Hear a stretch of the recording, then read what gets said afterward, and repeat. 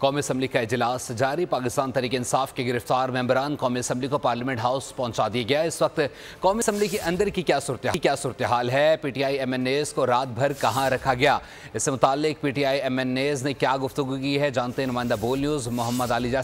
बताइएगा क्या कहना है MNAs का।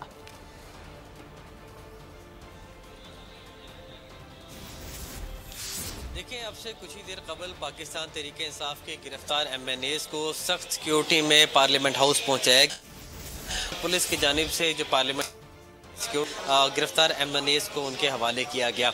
हमने देखा है कि जब यहाँ पर MNAs को पहुँचाया गया है, उन्होंने मीडिया से गुफ्तगू की है। शेख वकास अकरम का ये कहना था कि तमाम तर ताकत अल्लाह के पास है, ये जो मर्ज़ी कर लें, बानी चेयरमैन PTI का साथ कोई नहीं छोड़ेगा।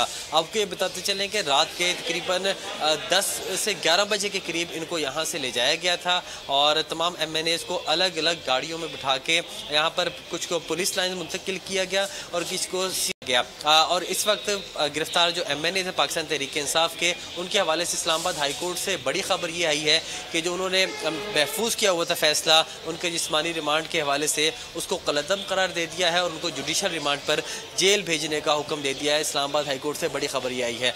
आज भी पाकिस्तान तहरीक इंसाफ के गिरफ्तार MNAs कौमी असम्बली इजलास में शिरकत करेंगे।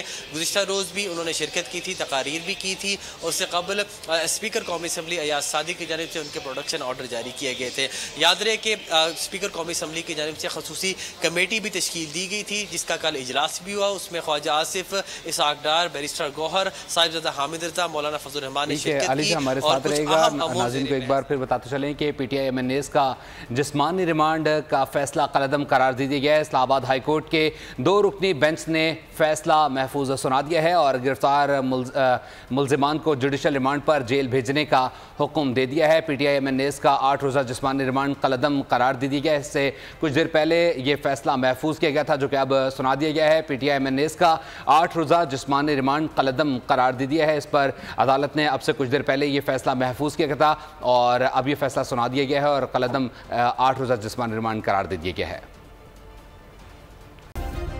सब्सक्राइब करें और बेल दबाएं ताकि कोई खबर रह न जाए।